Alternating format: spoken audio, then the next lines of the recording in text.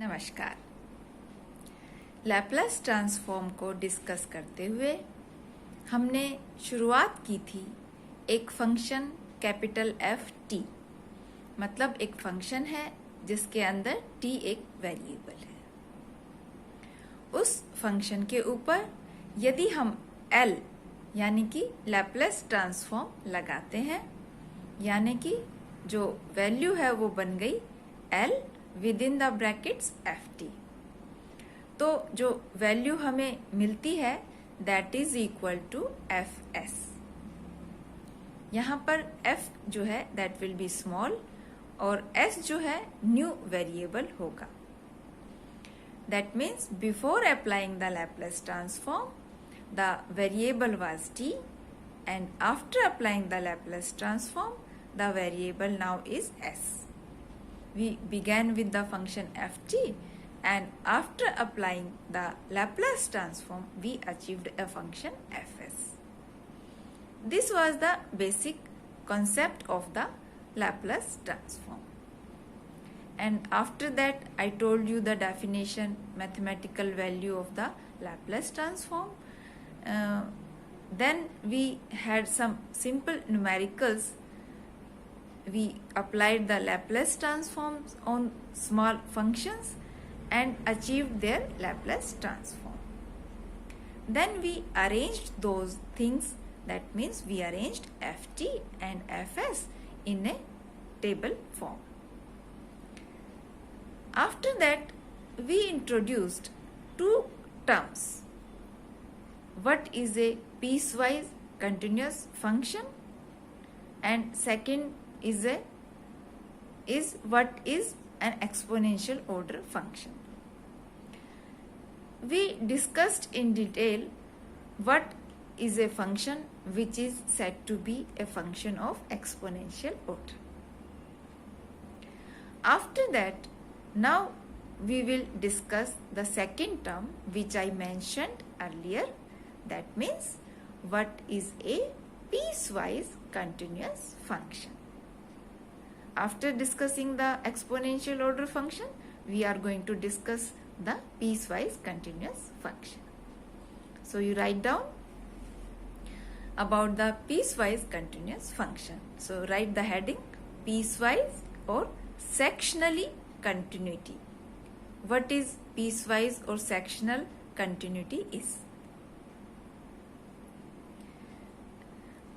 Function F T, ये वही function है जिसे हमने लिया था बिगिनिंग में, इज कॉल्ड पीसवाइज कंटिन्यूअस और sectionally continuous. We can use both the terms piecewise और sectionally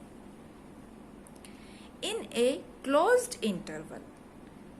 now the interval will be from A to B. So write down within the brackets A comma B. That is, इसका क्या मतलब है? T lies between A and B because our variable is T, as I have already mentioned you. So the values of T will lie between A and B. And in the mathematical notation, we can write this value t greater than equal to a, less than equal to b, जैसा हम generally लिखते हैं. So we can write the value of t and the interval will be defined by a and b. After that you write down if the interval can be divided into a finite number of sub-intervals such that the function remains continuous and possesses finite right and left hand limits.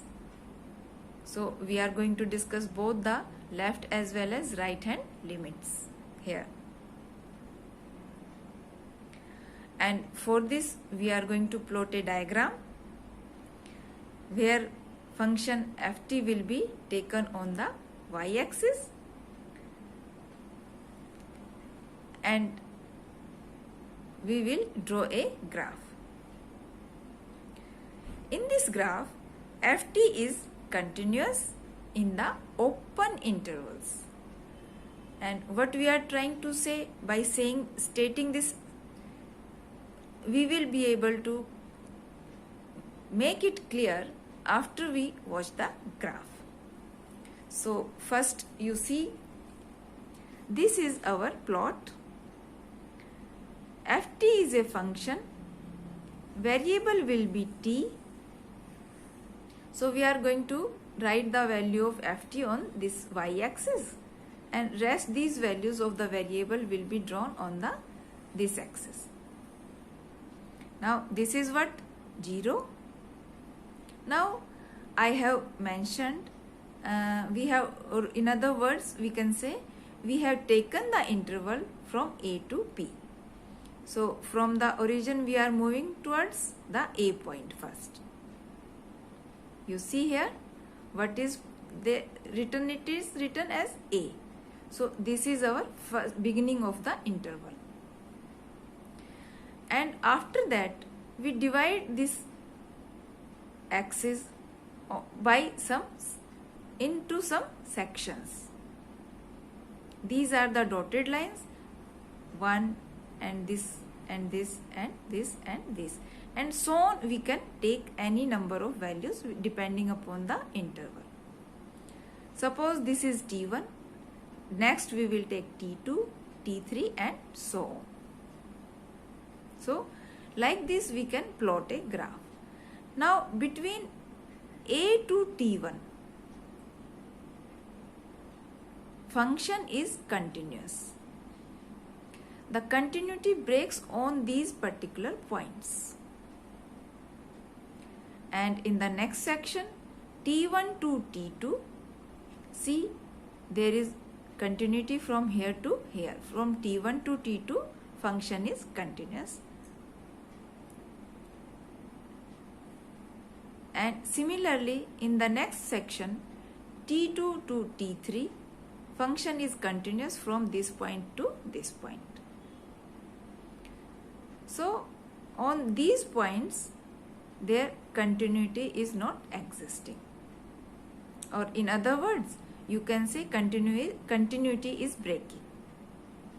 But within these intervals, function is continuous. So this was the plot.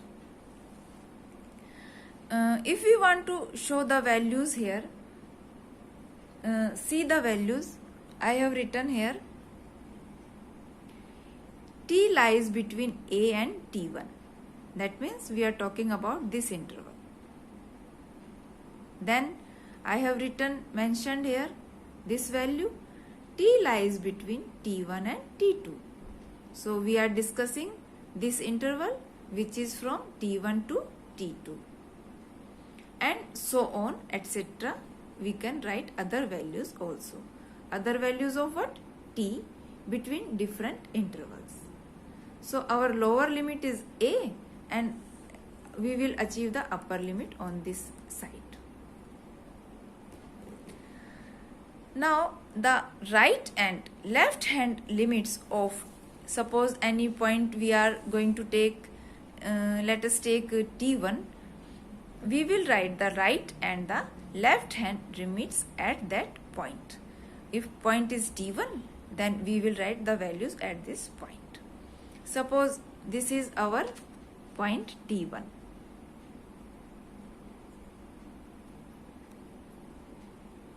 Then we can write here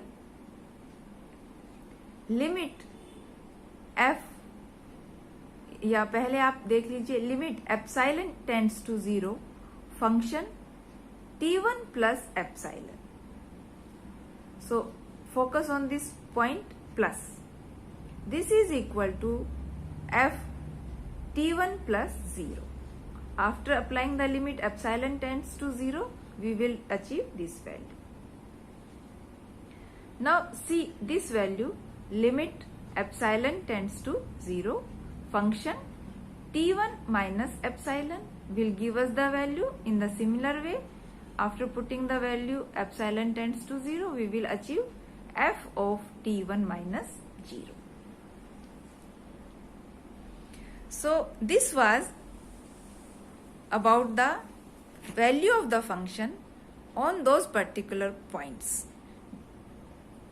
जैसे हमने A B को intervals में divide किया है, सब intervals में t1, t2, t3, and on those points we are defining the values of function f.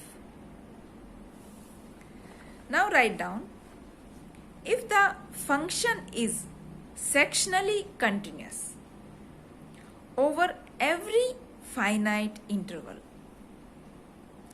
in the range greater than equal to 0 and is of exponential order as t tends to infinity,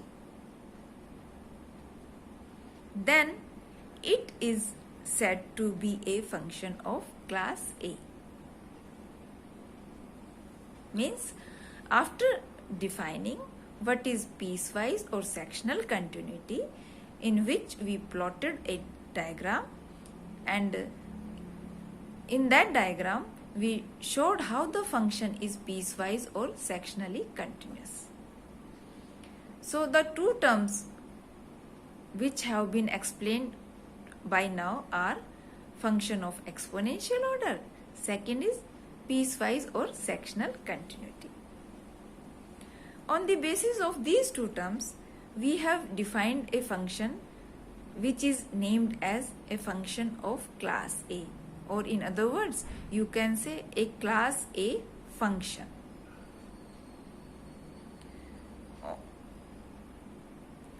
On the basis of all these concepts, matlab what is a function of class A, what is a function of exponential order, what is piecewise or sectional continuity, we can define. Now we are talking about the term, write down, now our article will be conditions for the existence of Laplace transform. Actually, our discussion which was describing what is a function of exponential order, what is a piecewise or sectional continuity, was the requirement to define these conditions, because these will be involved in that statement of this article. So we first define these two terms, and on the basis of these two terms we define a function of class A, and now we are able to make the statement what are the conditions for the existence of Laplace transform.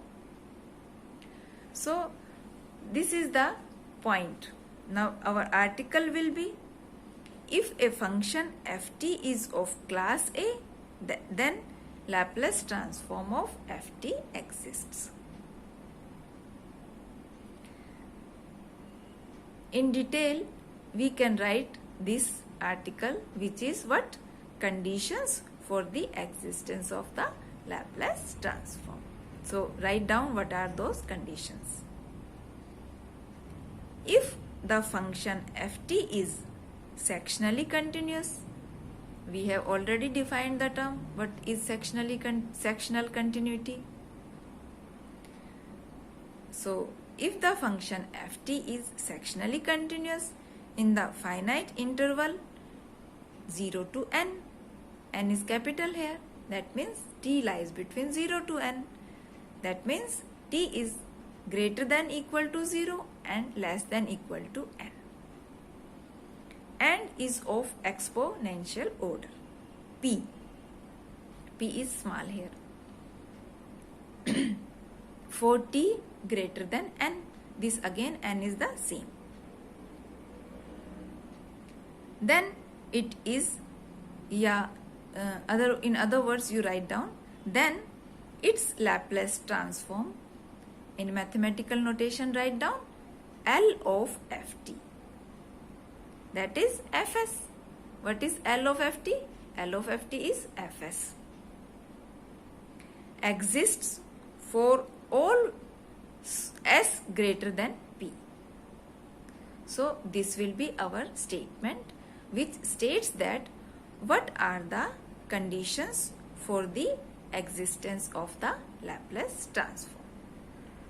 So up to now the basic structure will be what is a function of exponential order, what is a piecewise or sectional continuity, what is a function of class A, and on the basis of all these discussions we are going to derive what are the conditions of the conditions for the existence of the Laplace transform. Thank you.